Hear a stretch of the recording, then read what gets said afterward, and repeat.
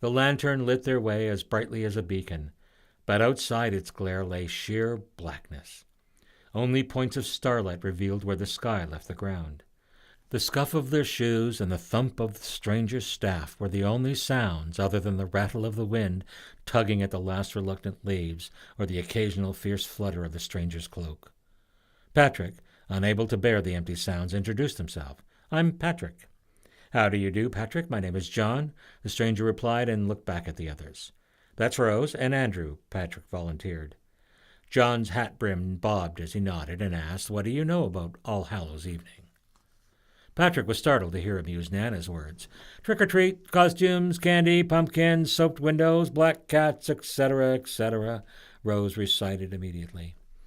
"That is Halloween," John said. "What do you know about All Hallows Evening from time gone by?"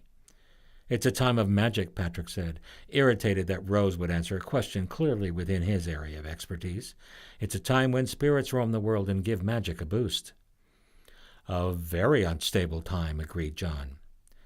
Something about the way he said it made Andrew renew his search for any familiar landmark. "Halloween is like a nickname," Patrick explained. "All Hallows Evening. Eanin. In.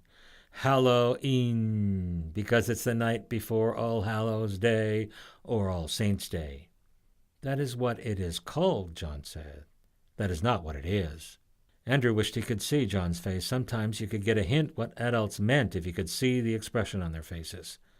"Long before there was an All Hallows Day," continued John, "there were celebrations on this night." Rose chipped in with a crack. "When people lived in caves." John remained unswayed by her attitude. It could have started that long ago, but it was not until there were farms and villages that people gathered on this night. "In the old country," Patrick said, using Nana's phrase. "Yes," John agreed. "Over there and here, winters were harsh. People died from the cold, or from the hunger, or both. And so they measured their year to harvest's end. That was when they stopped putting livestock out to pasture, preparing many for slaughter in order to survive the coming winter. At the death of the old year, they celebrated all that enriched their lives because they were about to face terrible hardships. In the spring, they consumed whatever had not been consumed, congratulating themselves for surviving. But at harvest time, when the sun's warmth became distant, the people remembered a time without the sun and feared for its return. They built bonfires to mark the end of the sun's reign, wishing each other good fortune until the sun's return. All Hallows Evening is time set aside to remember the fallen and hope for the future. It is time set aside for making wishes, for calling magic. Changing names on a calendar does not change reality. The old New Year, the magic New Year, begins on the first day of November." "That's not Halloween," Rose cried out. "Halloween is on October 31st. John stopped walking and turned to her. As their year ended when the sun faded, so their day ended when the sun set.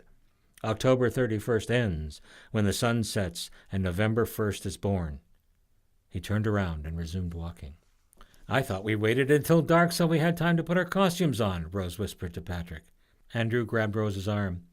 He could see the lights of the fairgrounds dappling through the trees. He pulled her and called to Patrick, "Let's go." Patrick thanked John and followed his friends. But when they got there, they found the fairgrounds deserted. No attendants, no salespeople, no boringly dressed teenagers or barkers hawking their wares, and no crowds. There was nobody. "This is wrong," Rose said. Andrew thought of a disturbing story he had read once about alternate dimensions. He gave his head a shake and concentrated on the phone search. Action to deny thought.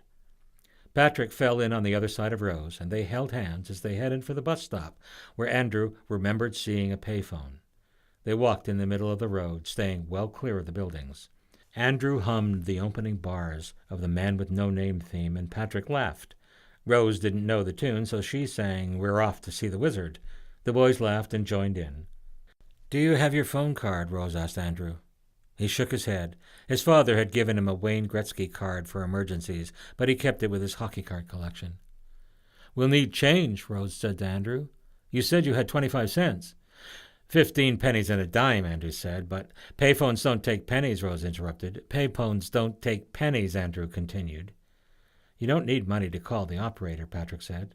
"Are you sure?" Rose asked. But there was no phone booth at the bus shelter to find out. It was right there, Andrew said. I flipped the thingy for change when we came in.